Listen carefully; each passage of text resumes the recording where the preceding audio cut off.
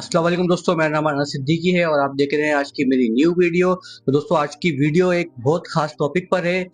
Iran पर Israel ने हमला कर दिया है। आज सुबह जब ईरान में रोशनी निकलने वाली थी तो ईरान के लोग सैर व तफरीह में घूम रहे थे, तो उस वक्त इसराइल की जानिब से ईरान पर मिसाइल दाग दिए गए। इसराइल ने ईरान पर एक ऐसा हमला किया जिससे ईरान का दिल टूट चुका है। मतलब एक दिल पे वार करना होता है ना, वो चीज़ हो गई है एक। आइए चलते हैं आगे की वीडियो में, दिखाते हैं आपको कि मतलब क्या इसराइल ने ऐसा करा है ईरान के ऊपर जिससे ईरान का दिल ले लिया है, और ईरान ने इस पे क्या रद्द अमल करा है ये भी आपको बताते हैं आगे चल के। ये हमला ऑपरेशन राइजिंग लाइन के नाम से शुरू किया गया इसराइल की जानिब से, मगर ये हमला मुस्लिम उम्मा के ऊपर एक ऐलानी जंग था। इसराइल ने 200 से ज्यादा फाइटर जेट्स और Mossad agents, Natanz nuclear site, missile bases और तेहरान के फौजी बेसिस को निशाना बनाया।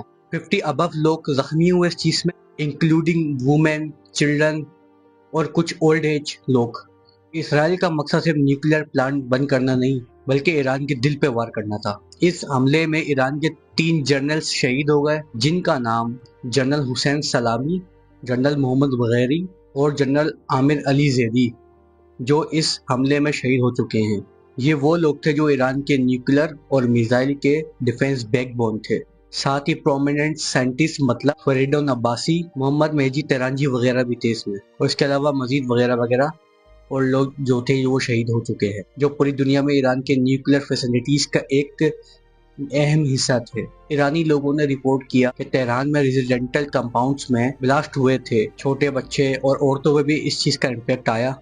एक बेसिक इंसान, सिंपल इंसान भी इस चीज से सेफ नहीं है। ये इसराइल से मिलिट्री को निशाना नहीं बना रहा, ये सिविलियन आबादी को भी निशाना बना रहा है। नातंज का जो न्यूक्लियर साइट है वो भी अभी तक सेफ नहीं रहा। बजाता वक्त IAEA ने रेडिएशन का इजाफा ना होने की खबर दी, बट लोगों के दिल हिल गए क्योंकि लोग बहुत सेंसिटिव है, क्योंकि ये चीज इन लोगों ने कभी फेस नहीं करी। बट लोगों के दिल हिल गए क्योंकि लोग सेंसिटिव होते हैं, उसमें बच्चे औरतें शामिल होते हैं। जो जवाबी कार्रवाई में ईरान ने 100+ इसराइल के अंदर ड्रोन भेजे, जिसे इसराइल के एयर डिफेंस ने इंटरसेप्ट कर लिया। बट ईरान का मैसेज क्लियर है, हम चुप नहीं बैठेंगे इस चीज के पीछे।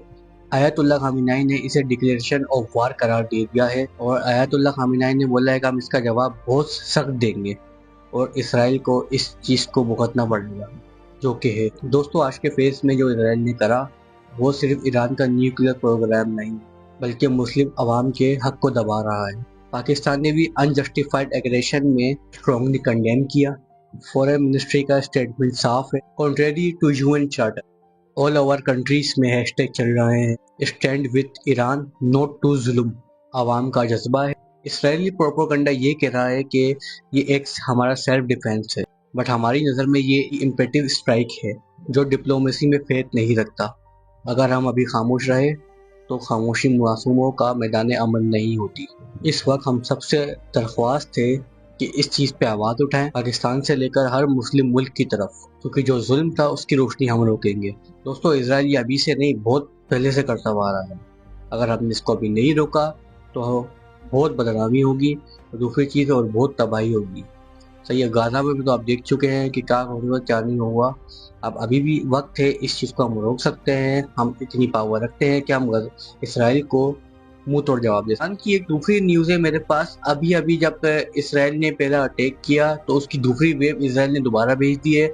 आइए देखते हैं इस वीडियो में कौन सी दूसरी वेव है। इसराइल की वेव में 2 मिलिट्री ऑफिसर और 6 न्यूक्लियर साइंटिस्ट शहीद हो गए। ईरान के रेजिडेंटल एरियाज में बहुत सी तस्वीरें आ रही हैं हमारे पास, और औरतों, बच्चों और आवाम पर बहुत इस चीज़ का इम्पैक्ट पड़ा है। ईरान ने 100 से ज़्यादा ड्रोन्स भेजे जो इंटरसेप्ट हुए, लेकिन इसे आयतुल्लाह खामिनाई ने डिक्लेरेशन ऑफ वार करार दिया। सर्फ पनिशमेंट का वादा किया गया।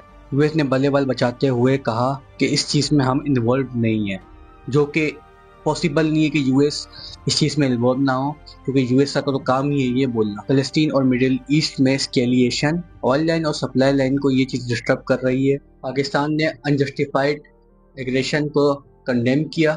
फॉरेन मिनिस्ट्री ने कहा ये UN चार्टर की तरफ एक वार है।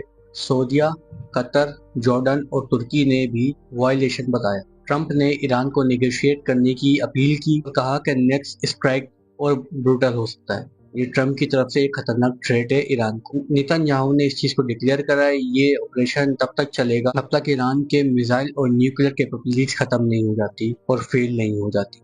इंटरनेशनल कम्युनिटी ने रेस्ट्रेंट और डिप्लोमेसी की अपील की, बट अमेरिका के वजीर आजम ट्रम्प ने ईरान को कहा कि डील करो या ब्रूटल अटैक झेलते रहो, जो कि एक थ्रेट बनती है। और इस धमकी की वजह से मिडिल ईस्ट में ऑयल के प्राइसेस बढ़ रहे हैं, ईरान के रीजनल एयर स्पेस को बंद कर दिया गया है। पूरी दुनिया इस चीज को लेकर बड़ी टेंशन में है। आप लोगों का सवाल ये होगा कि अगले कुछ घंटे में क्या देखने को मिल सकता है हमारे को, तो ये थोड़ी बहुत मेरे पास से अपडेट आएंगे, मैं आपको थोड़ा गाइड कर दूं इस चीज के बारे में। ईरान का रिटेलिएशन एक स्केलेट हो सकता है, प्रॉक्सी ग्रुप जैसे हिजबुल्लाह, हौतीस रिस्पॉन्स कर सकते हैं। रीजनल हवाई बहुत तेज चल रही है और ऑयल के प्राइस भी अनस्टेबल हैं। मोबाइल और एयर रूट्स भी इम्पैक्ट हो चुके हैं। एनडीटीवी के मुताबिक इसराइल ने ईरान के एयर डिफेंस सिस्टम को डायरेक्ट निशाना बनाया, जिसमें रडार और सरफेस टू मिसाइल लॉन्चर्स, यानी इसराइल सिर्फ फौजी टारगेट्स नहीं बल्कि ईरान की हकीकी डिफेंसिव कैपेसिटी को भी खत्म कर रहा है। मतलब इसराइल ईरान के साथ ये करना चाह रहा है कि अगर रिटेलिएशन में अगर ईरान उस पर हमला करेगा तो ये इस काबिल भी ना रहे, जो कि हो नहीं सकता, मुश्किल है।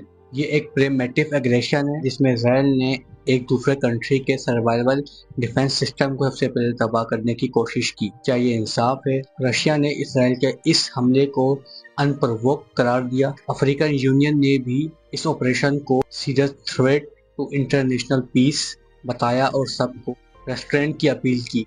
यूएन न्यूक्लियर वॉचडॉग ने कहा कि न्यूक्लियर फैसिलिटीज पर हमला मस्ट नेवर बी अटैक और मैक्सिमम रेस्ट्रेंट की बात की। तो ये हमला इसराइल की तरफ से एक सबूत है कि हमला सिर्फ ईरान ही नहीं पूरे इंटरनेशनल नॉर्म्स और के अमन के खिलाफ है। दोस्तों ये थी मेरी आज की वीडियो। अगर आपको वीडियो मेरी पसंद आती है तो चैनल को लाइक करें, सब्सक्राइब करें और शेयर करें। मिलते हैं अगली नेक्स्ट वीडियो में। थैंक यू, अल्लाह हाफिज़।